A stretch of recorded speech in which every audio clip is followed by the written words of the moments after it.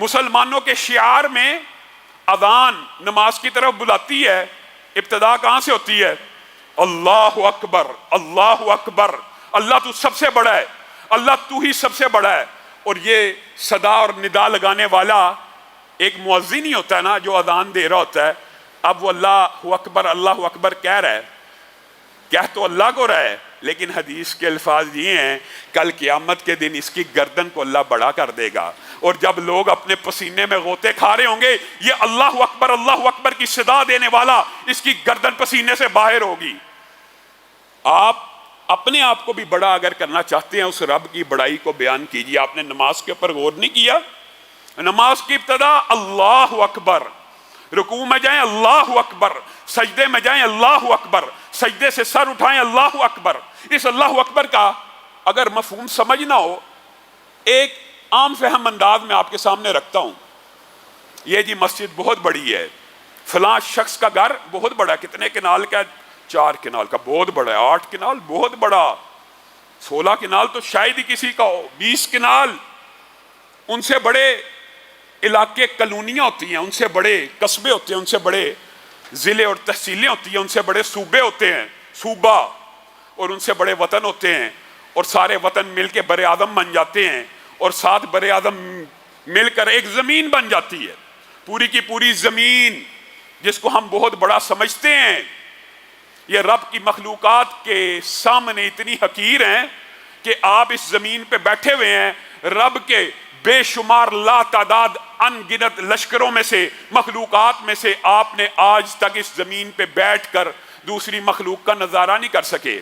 یہ زمین ایک سولر سسٹم کا حصہ ہے، اس زمین سے بڑا کتنا گنا سورج ہے، اور یہ سورج اپنے سارے پلینٹس کے ہمراہ ایک سولر سسٹم ہے، اور ایک گلیکسی کے اندر اس طرح کے ارب سولر سسٹمز ہیں، ایک گلیکسی کے اندر خرب ستارے ہیں۔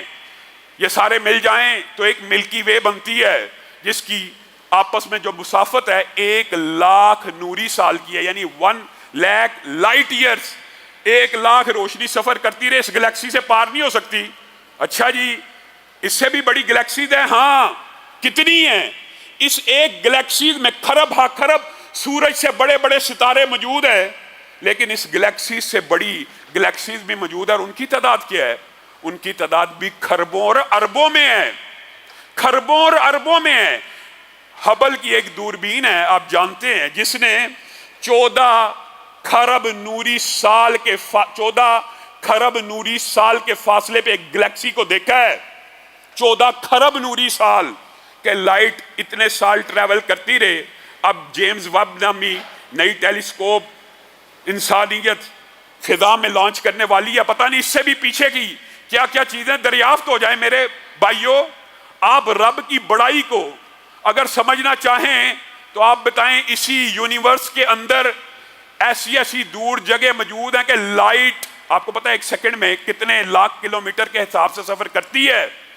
وہ 14 ارب سال سفر کرتی رہے، آپ تک وہ روشنی پہنچتی ہے۔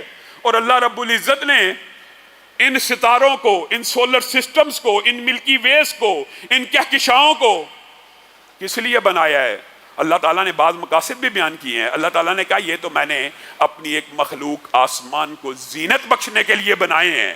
ایک مخلوق ہے آسمان بھی، ایک آسمان نے ان ہزاروں کروڑوں اربوں خربوں گلیکسیز کا احاطہ کیا ہوا ہے، اور اس ایک آسمان کے اوپر ان ستاروں کی بات نہیں ہے، ان کی کیا بندہ مثال دے۔ اللہ کے سامنے یہ اتنی حقیر مخلوقات ہیں، لیکن آپ کو اور میرے سمجھنے کی یہ ضرورت ہے، ہم کیا چیز ہیں؟